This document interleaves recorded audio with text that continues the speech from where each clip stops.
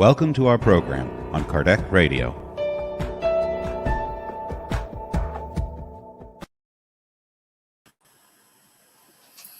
Hello, everybody. Hello. Hello. Good evening, good afternoon, good morning, everyone. It is a pleasure to share with you all our humble study regarding spiritual life. It is what is death is not the end. Charles Kempf from France, Nadja Gircis from Lithuania, Elsa Rossi, myself from the UK, and Stevan Bertozzo from Ireland. Our lives have been prepared to share with you all the same issues that is around the world, in our heads, in our minds, in our curiosity. The talking about this, death is not the end, is a question. The idea of nothingness is very terrible. Those who believe that the voice of a friend who weeps for someone is lost in a vacuum, encountering the least sign of a response, are to be pitied. Those who think everything that's with the body can never have known a pure and saintly affection. They believe that the being who enlightened their world with vast intelligence is a mere combination of matter that is extinguished forever. Just as a flame that dearly loved person such as father, mother, or adored child, nothing remains but a handful of dust that the wind will inevitably disperse.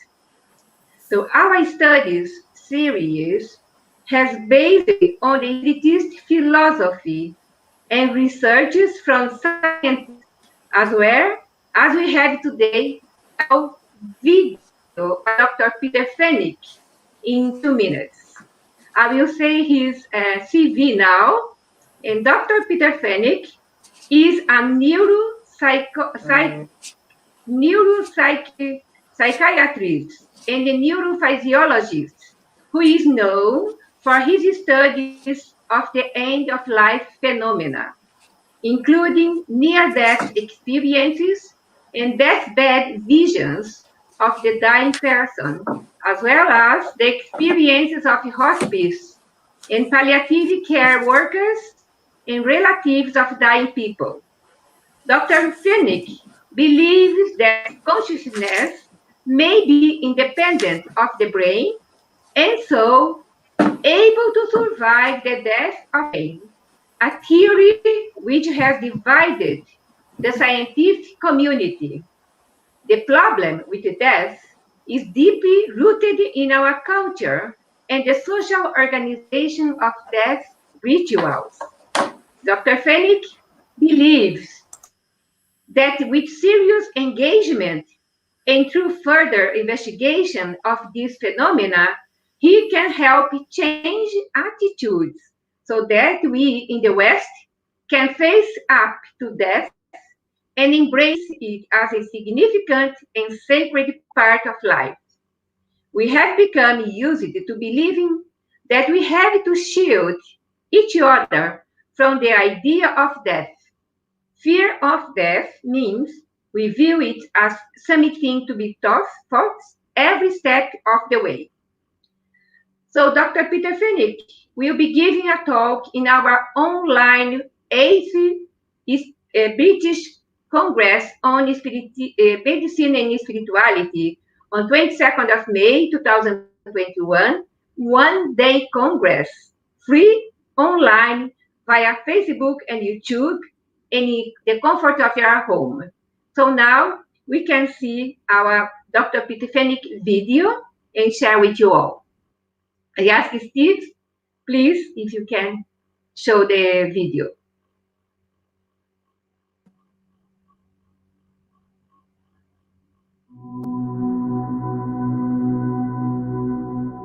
the time of death, there is something called deathbed coincidences.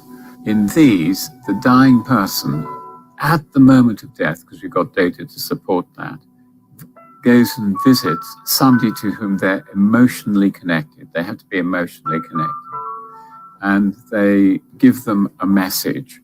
And the message, the way they give the message, depends on how the person who's receiving the message are. If you're awake, then you tend to feel the person's presence. You feel something awful may have happened to them. You have to contact them and find out what's going on. They very seldom give a message then. But if you're asleep, then you get a narrative dream. You're told a story. You're visited by the dying people, and they will say, I'm okay. Please don't worry about me. It's all right. And then they leave. So these are very, very reassuring to the family and the relatives. And then at the time of death and just after death, there are a lot of things which happen. People see light in the room over the time that you're dying. Other people see things leaving the body. Other people experience the fact that their clocks may have stopped at the time of death. So there are lots of things that many of them are quite non-local. Animals are very common in the dying phase, and birds particularly. We've got a lot of stories of birds that seem to be carrying people who the relatives feel carrying the spirit of the dying person. Some people in the stories we have associate this going process with a change in temperature in the room, and sometimes with a feeling that something has left. And then that seems to be the end of the dying process. So there are lots of exciting things.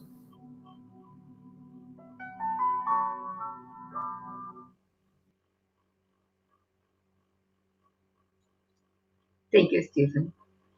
Now, Nadja, Dr. Nadja, can say something for us. Hello. Dr. Peter Fanning was talking about the deathbed experience visitors, but this happens in near-death experiences. So it happens with children and adults, and when the moment of the near-death experience happens when there is a cardiac arrest, for example, or when a patient is under anesthesia for an operation. So they have no spontaneous breathing during cardiac arrest, the chest, the heart is not beating, there's no cortical activity in the brain. So the cognitive activity, the capacity of perception for those patients or those people who are under cardiac arrest or under anesthesia, they don't have this perception of surroundings. So how can we explain when people go after explaining when they come back from the cardiac arrest what happened, what they have seen, this light at the end of the tunnel, or they see those people who have died before them, or their parents, their children, their beloved animals as well. So how can science explain this? Many scientists have been very materialistic, saying that the brain commands our thoughts, or the brain is a secretion. Our thoughts is a secretion of our brain. But how can we explain when the person is under cardiac arrest, sleeping under surgery and anesthesia, and they go through all this experience, having a feeling of happiness, of joy, and they come back and they have this purpose on life. So they have patients, they have their loved ones waiting for them. So they come back to life to continue the life, but they are not afraid anymore of dying. So that's what also Dr. Finnick was saying. They feel a little bit comfort that knowing that after the death of their body, there's something better, something beautiful. They have reassurance that everything is going to be okay when the body, the physical body, this material body, will die, but their soul, their spirit will continue.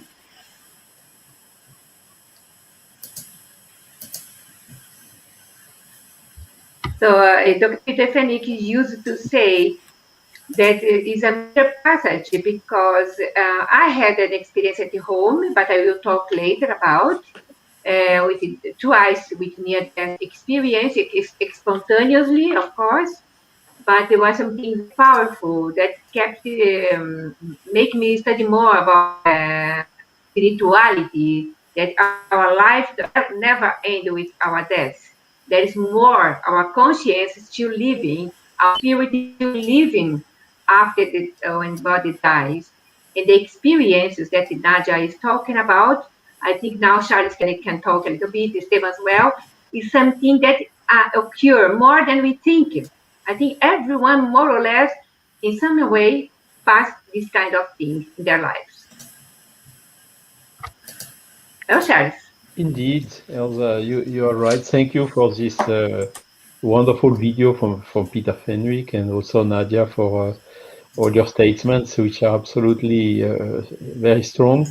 We have seen during the first video, do we have a soul? That there are more and more evidences about the soul. So this question of the dead is immediately the next one. Once we are convinced we have a soul, okay, what happens then when we die? And so for the materialistic people, still, when we die, we go to nothingness. And this is really terrible.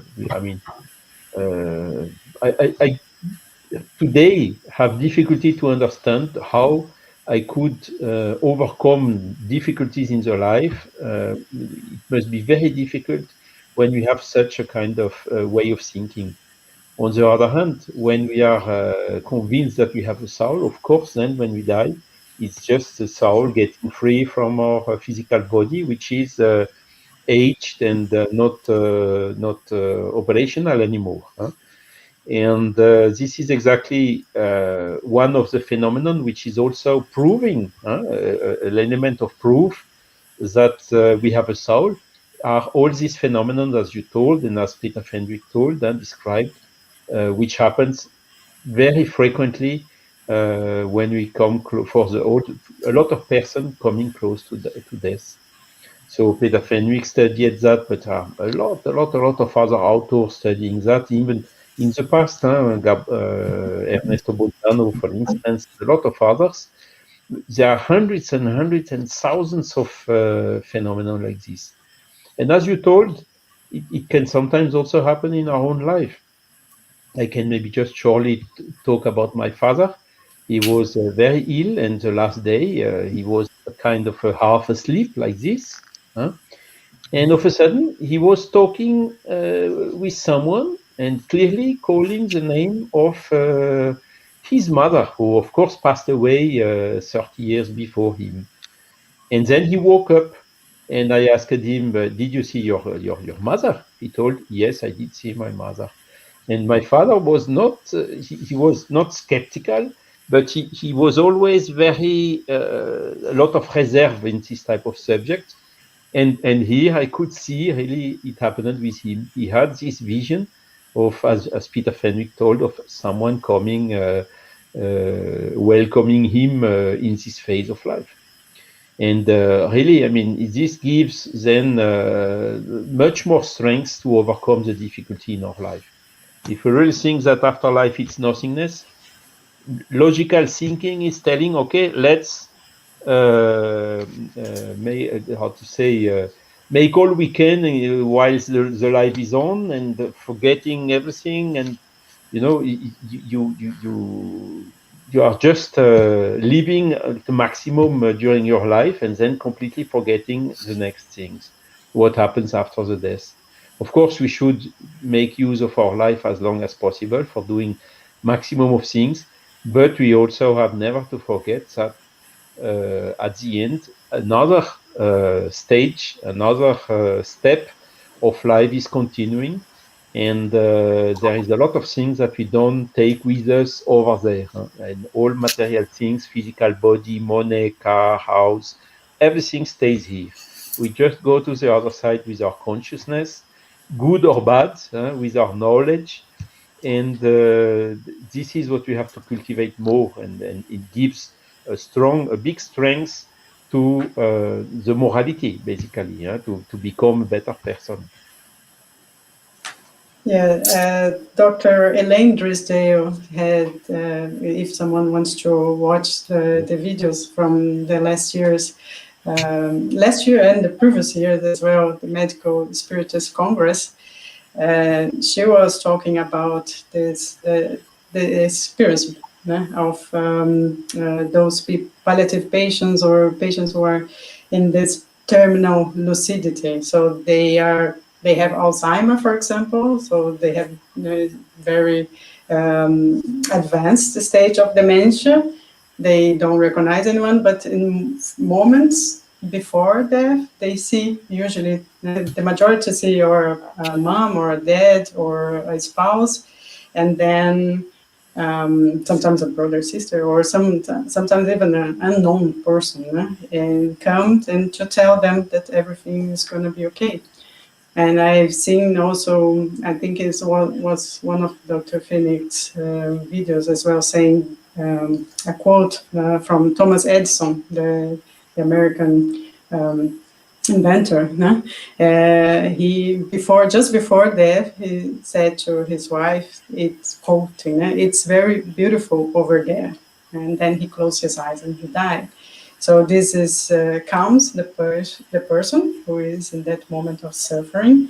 It gives hope also, and also calms the parents, because when we see our family in those final moments, we have also uncertainties. But when we learn that the life goes on, and according to our moral behaviors or moral, I can say behaviors or actions, according to what we have done in life, and then we have this the certainty that everything's going to be okay, and the loved ones who are dying, they're going to be in a better place, pain-free, without suffering, and this is very, very reassuring for them and for us who are still here.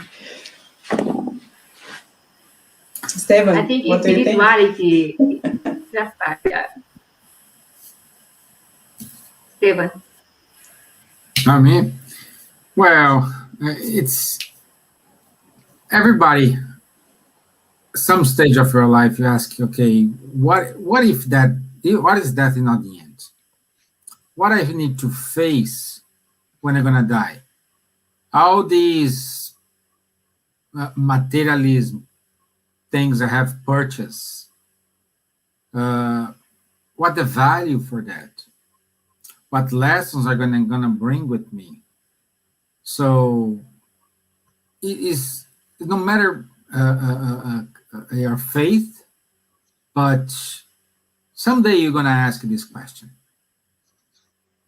and it's good to know that science today, doctors like Peter Fenwick and many others who study near-death experience, they can say at the crucial moment, we have a comfort, we have a calmness, a certainty that moment someone was afraid of, it's something very beautiful. And Stevan, I can share one. I mean, sorry. No, I can maybe I can just share add an experience. to what Stevan said is mankind is fearing what he doesn't know mostly. So we all will die one day with 100% probability. This is 100% sure that one day we will die, isn't it? Yeah. So is there something, I would say, that we could neglect to try to know and to learn and to study what will happen at that moment? It's of extreme importance. And the more we study with all these evidences that we have listed so far, the more we see that something is continuing indeed. And it is giving us so much strength, so much force for in our life, that it's really a pity to stay with this a priori saying, no, it's nothing, nobody has never proven that there is a soul or whatever. Nobody either proved that there is no soul. So the question we should ask is, okay, let's face the facts. Let's think about, let's also make introspection in ourselves and to find out all these huge potentialities we have in us, and that will, luckily, and for sure, for the question of a matter of conviction, survive to what we call the dead. And you were saying, Elsa, you have The experience that we are doing, yeah. I'm saying, Stevan, that all of us, we have every time, every moment that we are going to sleep, we have this experience ourselves, because our soul that is incarnated, we studied last week, we talked about last week, that about soul. So our soul is still attached to our body, that we call soul. The spirit is attached to the material body, is still here, free, goes here and there while our body is sleeping. So we die every night or every time that we sleep, because our spirits are free from the body, can go everywhere. It's still attached, of course, because we didn't finish yet our incarnation. But once the spirit leave the body, as in near-death experiences, we can see everywhere, we can return to the body and can describe things that doctors and nurses, care hospices, they say, no, it is impossible that you know that. But surely in the research of Dr. Peter, we can read loads of kind of things. And personal experiences that I had with my husband, one day before he died, 2 days before he died, he started seeing his relatives that passed away before him. And of course, he was in the bed. My son was stand up in the foot of the bed. And I was saying to my son, go further because someone is here talking to me. There's no one was there, only my son and myself.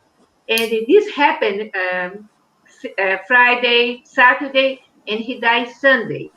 Sunday morning, he was nearly not speaking anymore, but he wrote with his hand like that, shaking hand, wrote, this is the last bath that you are giving to me. I was washing him. And he said, goodbye, 5 p.m., 5 o'clock in Brazil, 5 p.m. And so after that, I call his brothers and sisters. It was 8 doctors in the family. All of them came to our home and stayed there. 5 o'clock, all of them were in the bedroom. 5 p.m. He gave one deep breath and nothing else. And they said, put the towel because he will bleed, blah, blah, blah. No hemorrhage, no bleeding. And peacefully, he left his body. Peacefully, he left his body. There are more things to tell, but I stopped here to see that in my family, my children, my young children, my brothers, etc., they were there. They saw everything regarding this passage. That is really beautiful. It's a moment of, but is something that is an academic way to learn that there is consciousness beyond the brain. There are more things that we can say, that the researchers, doctors, scientists, they are doing more, and beautifully they are doing with the openscience.org. There is loads of things to read about no materialistic world. I put the word now because I talk too much. Yeah, No, no. yeah, Do you agree with me? yeah, sure. The scientists are investigating now what's beyond the physical body, the material body. So that's very interesting. Thank you for sharing. Thank you, You Elsa, for both, sharing. Elsa and Charles. Yeah, guys, we do have a question here. I know this topic. We will talk about it in a program itself, but we have this. So Gabriele Palermo saying, so does suicide is not the end of life? It's funny that she asked because I was gonna talk about it just now. I was gonna say about the negative near-death experiences, those who commit suicide, but they try to commit suicide, but they can't. Luckily, they can't.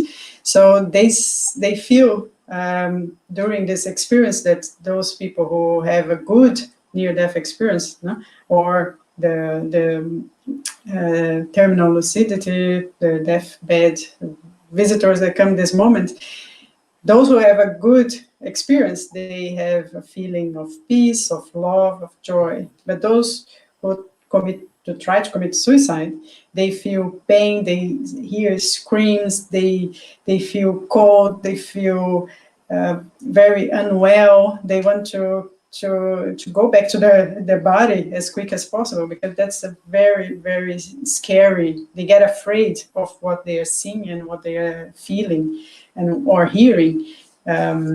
So this is another proof that suicide is not the end, and those who are thinking that they're gonna end their problems, or their pain with the suicide, they are just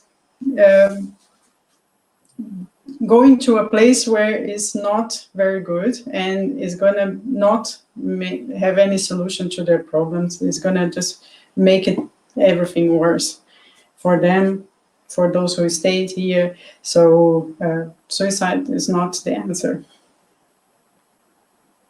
Yeah, so I was going to say something. Yes, suicide is a wrong Would you like to outlet, though. Clearly, the people have a big suffering, trials in their life, and so on. And this is exactly the nothingness. So the people convinced from the nothingness. Okay, nothingness for nothingness. It's let's go immediately to it. Unfortunately, it's not like this. So the soul is surviving, and as you told, Nadja, suicide is not the best solution to solve the problems. And this is why we are supporting all this campaign for prevention of suicide, for helping the people with difficulties, and doing whatever we can to prevent the people trying to go through this path. And I mean, all the communications we have from souls that committed suicide are unanimously saying it is a mistake. It's worse. I shouldn't have done that. So, voilà. Look for another solution. Stay calm, patient. Ask for help, and that is the best solution, because there is no such problems that cannot find a reasonable solution. Pray for your guardian angel, for the high spirits, for God, for Jesus, for whatever you believe, to ask to help, to give you strength, to keep finding a solution for your problem, because the solution will come, the help will come somehow, if you keep firm, and they help you come. Yeah, Elsa, I'm sorry that your video is cutting, and then you want to talk, and then we talk in front of you, but I'm sorry.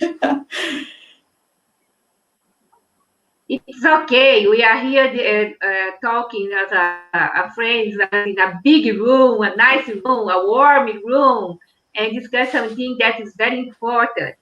I would like to say that we have 5 books of spiritists and science, spiritual science, that is spiritism, is a philosophy of science as all these kind of things. And in Kardec's time, he wrote in hell a lot of information regarding suicide, regarding end of life experiences, regarding everything beyond the physical body. And these studies, some psychiatrists, doctors that every 2 years come to give a talk in our congresses about medicine and spirituality, they know these books. They said these books, they are academic books that should be studied more in universities because there are amazing things to learn. I will read a small passage here now from one small paragraph from the Heaven and Hell. Has there ever been anything more disheartening than the thought of complete and utter annihilation? Our dearest affections, our intelligence and progress, the knowledge we have so laboriously acquired, everything dissolved into chaos, everything lost. So what good would it do for us to put forth any effort to make ourselves better individuals, to overcome our passions, or to exhaust ourselves trying to enlighten our mind, if we could derive no benefit from it, from any of it, or especially if we were to succumb to that perhaps all of it no use in the end. Suicide can cut their pains. They don't want to die. They want to cut their momentaneous pain. I read yesterday one of the comments, one of these videos of Dr. Peter, that a nurse in the chat, she wrote that she was in depression. She took some medicine and tried to end her life. She took the medicine and with pain, but she didn't die. She was a person that did not believe in spiritual world. And she started in pain, crying, saw these spirits that she wrote another term of vultures or something like that. And she said she cried or something. Someone came and took her to the hospital. She was out of her body, seeing everything. When they were taking her to the hospital, to the ambulance, she followed everything, but she was out of her body.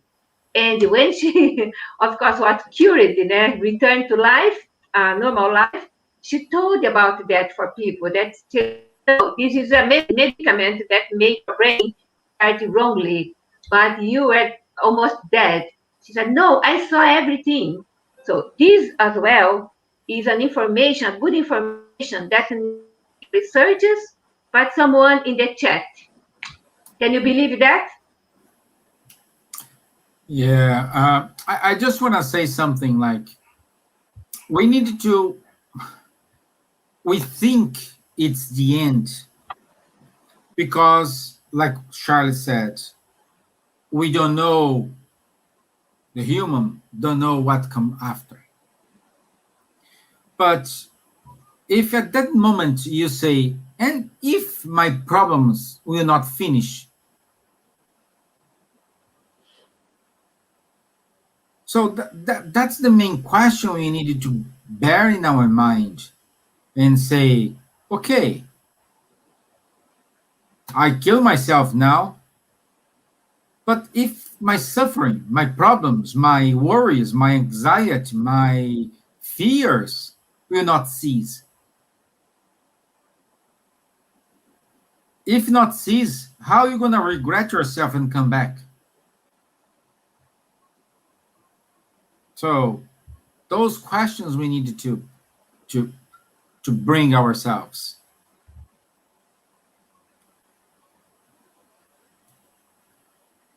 Yeah. And so there's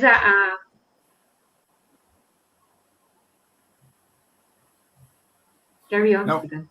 no. What I'm saying is, I'm just saying. Mainly, when I watch these videos about near-death experience, I would say a big chunk of all these cases, everybody see a light. Why do you think there is always this light involved in this near-death experience?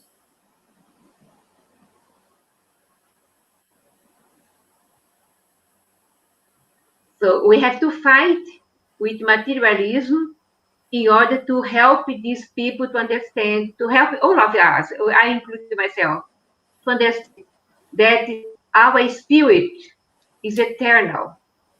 We are spirit first.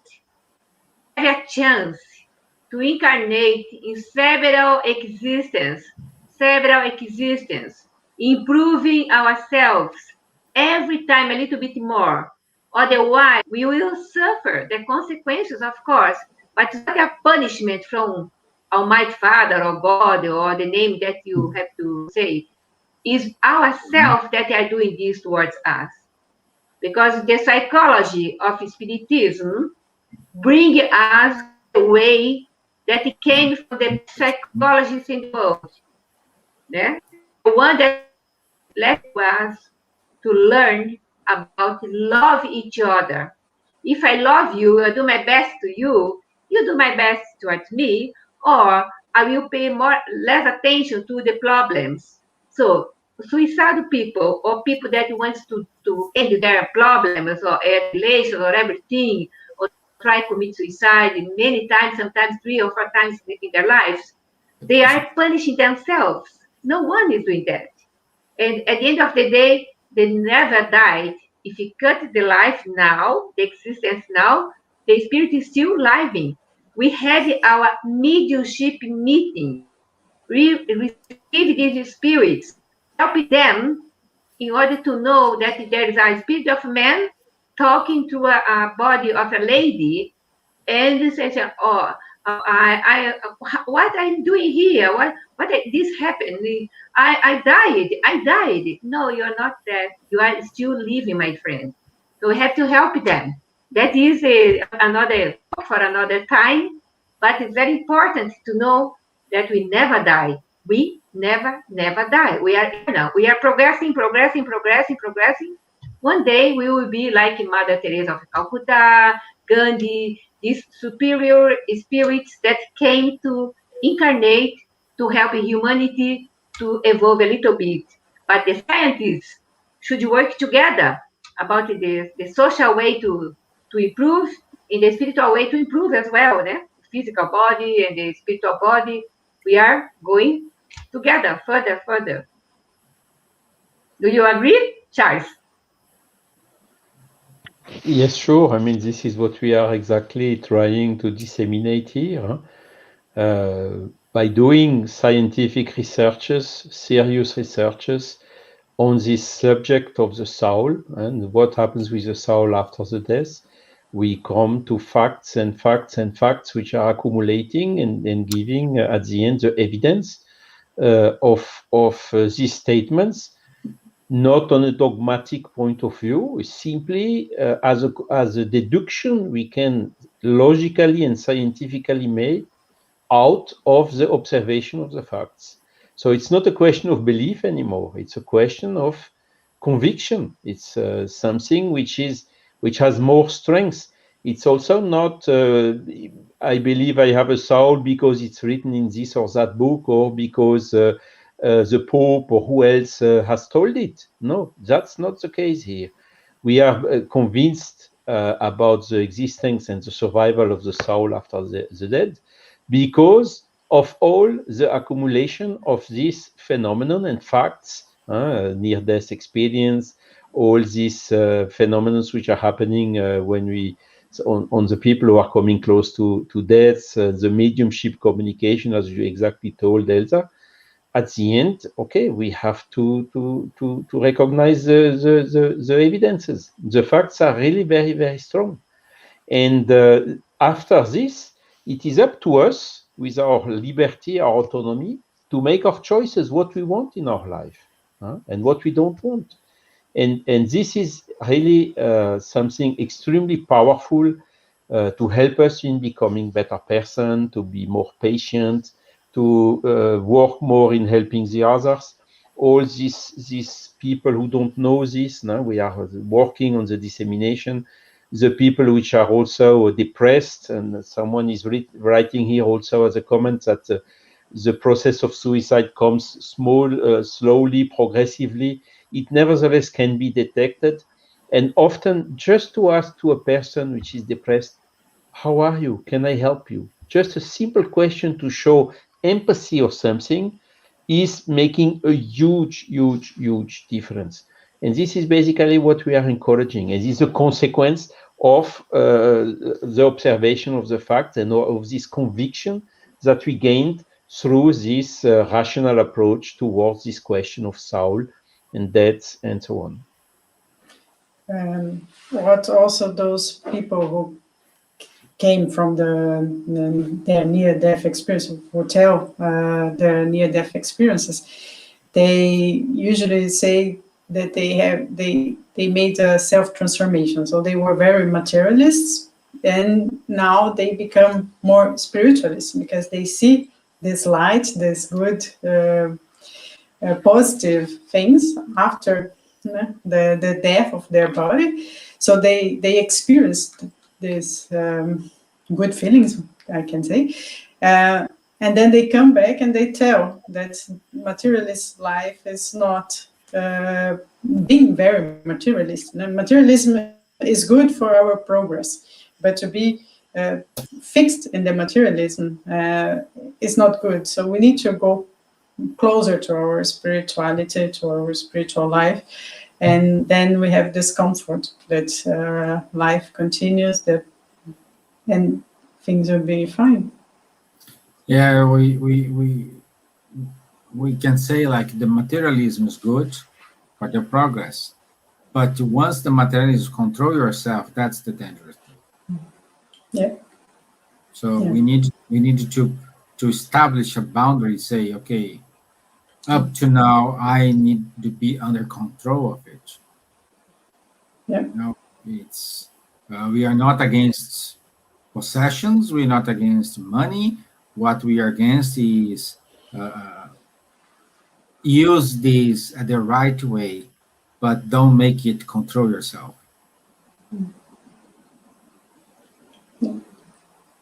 No. Yeah. It's important that what is considered scientifically possible is largely defined by the materialist paradigm, as you said before, Nadja, in Stevan, which ignores an ever-growing body of conflicting evidence. Look at that. Beyond this paradigm, some researchers are already expanding the possible, opening us to promising horizons of discovery. We are keen to share, I don't know if Stevan can put there, openscience.org. If you visit this website, you can see how many information these scientists that is studying the consciousness out of the brain, out of the body, is a living being out of the body that they are still living after death. is something very important in nowadays. Even when studying past life regression, that I had an experience as well. One day we'll talk about that. It's something very important because our spirit as an eternal being can bring all these universal conscience that we bring with us since decades, since we were in a different body, many different existences, etc. We are building up strongly our spirit, better and better each existence.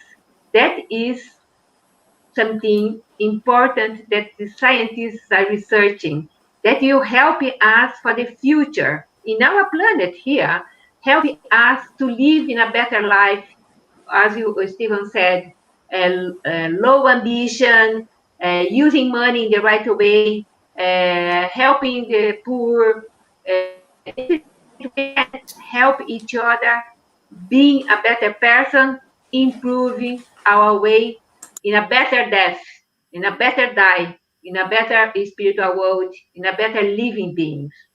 Because we are living here, but living there as well.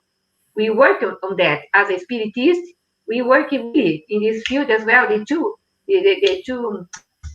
ways of life, easily, normal, not something supernatural. It's supernatural in such a way. It's something that is normal for us. Yeah, yeah, it is. And just wanted to emphasize here that there are a lot of people from joining us, people from London, people from America, from Ireland, from Brazil, so from Sweden. We have people from Sweden here. So it's good to see Portugal, Portugal, Hawaii. I've heard that someone from Hawaii. Australia. Hawaii. Wow, yeah. So it's good. Okay, we have just 10 minutes. I would say,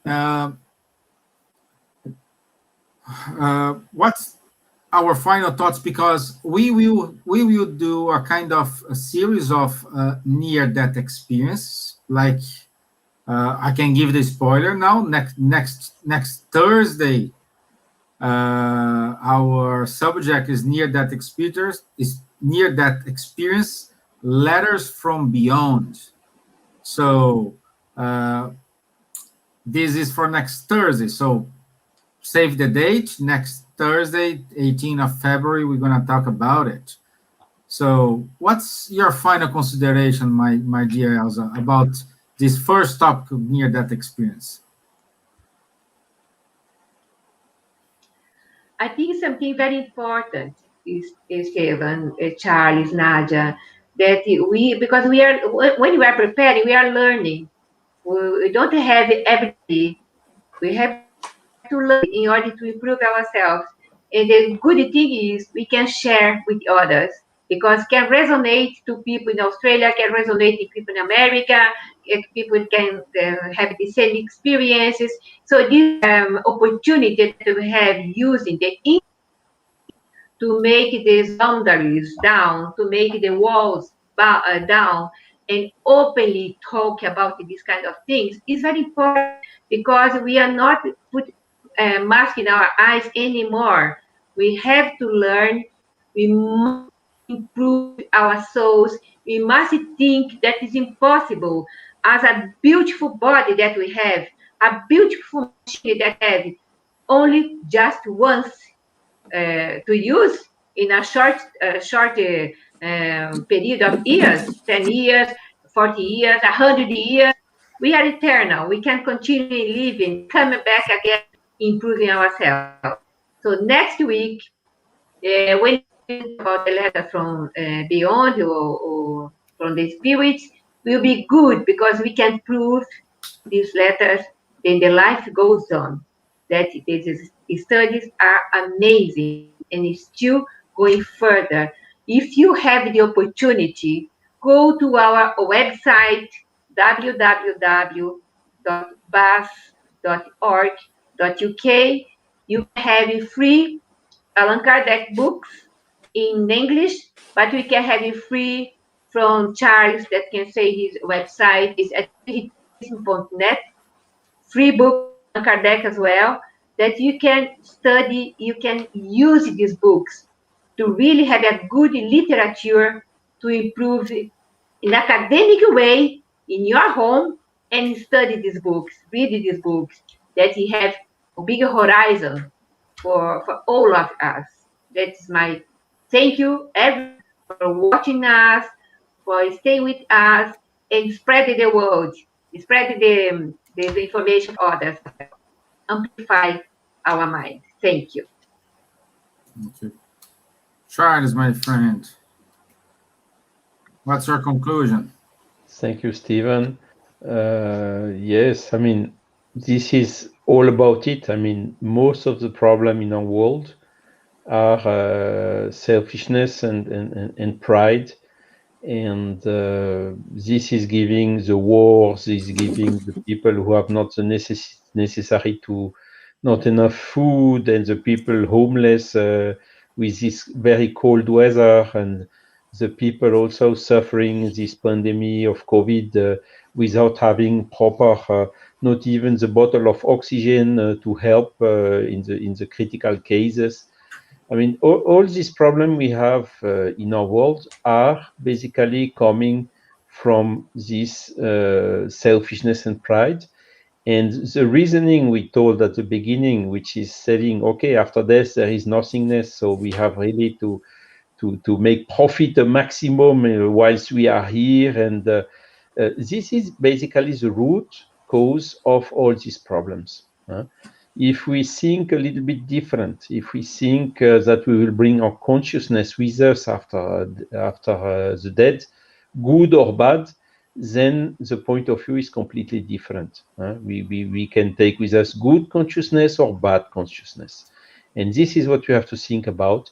And this gives us a huge strength to autonomously, as per our own will, really go and try to make us to become better person, to have more solidarity, more fraternity, more charity, to be better persons, and to fight also to stop all these problems, or to refrain them as far as possible in the world, because we all aim to live in a better world, in a world which is driven by goodness, by solidarity, and stopping all these violences and all these problems we have. And really, I mean, in a materialistic point of view, it's very difficult to come to this conclusion. But with a spiritualist point of view, we come to it logically by the thinking as a natural consequence. And thanks God, we have all these evidences about what we are saying about the spirituality, about the existence, the survival of the soul. And this will, of course, be the paradigm of the near future, I hope, to make this life better. And this is our mission. This is why we are here tonight, to try to explain all these arguments and to help you all who are watching this video also to raise, to gain a little bit in happiness as we are, and to have serenity, calm, patience in front of these natural difficulties in the life. So this is our wish, and that's why Kardec wrote, out of charity there is no salvation. Thank you for your time and for your listening. I see, my friend. Dr. Nadja? Yeah, I totally agree with both Elsa and Charles. I think, as Elsa said, we are learning, and we are here to, with our hearts, to help understand that life goes on. And I just received a message here on my phone, a friend who lost her loved one not long ago, and she said, I watched you on Facebook page about spirituality now, just now. And it refreshed my memory about and discussion and comforted me a little. So for me, it's all good. I think just because of her, I am happy. I will sleep better, and I will know that our job here is worth for sure. If we can help one person from 1,000, I'm happy. So the video will be online, will be kept online. So you want to share, you can share, you can watch over and over, you can ask questions in private or on a chat box, and we answer after. So we are here to help, and we are happy to help. So we feel better helping, and yeah, and I'm very happy now. Yes. Before we finish, Stevan, I'd like to ask you if you can share before the end our flyer of the Congress. So save the date of May. You can really share with your friends. It will be a free online Congress with Dr. Alexander Moreira Almeida, the psychiatrist from Brazil, Dr. Peter Fennick, neuropsychiatrist from the UK, Dr. Tanya Stevanin from Sheffield, the UK as well, Dr. Natalia Tobert, that is of the British Spiritist Medical Association, Dr. Vanessa Anceloni, neuroscientist, and Dr. Sonia Doi. It will be an amazing day, one-day Congress, but everyone can participate and learn because we will talk about spirituality and medicine. That is very important in nowadays to be aware about that. So once again, thank you all, and be with you next week. Thank you, Stevan. Okay. Thank you very much, Elsa. And everybody save the date. It's important, 22nd of May. We will put some reason behind the Spiritism teachings, the Spiritism knowledge. Okay, so I would like to say thank you, everyone. Always we're gonna bring some topics here we can discuss in a reason way, also with the help of science and philosophy. We try to comfort ourselves as well. So thank you very much. Don't forget, next week, same time, 9 p.m. London time, we will keep going on part 2 of this talk, and we're gonna say something. We're gonna perhaps read here some parts of the letters from the beyond. So thank you very much. I wish you all a great evening, or a great beginning of evening for you guys in America, or a great day for you in Australia. So thank you very much. I know you are those friends who are in Australia, in Canberra here.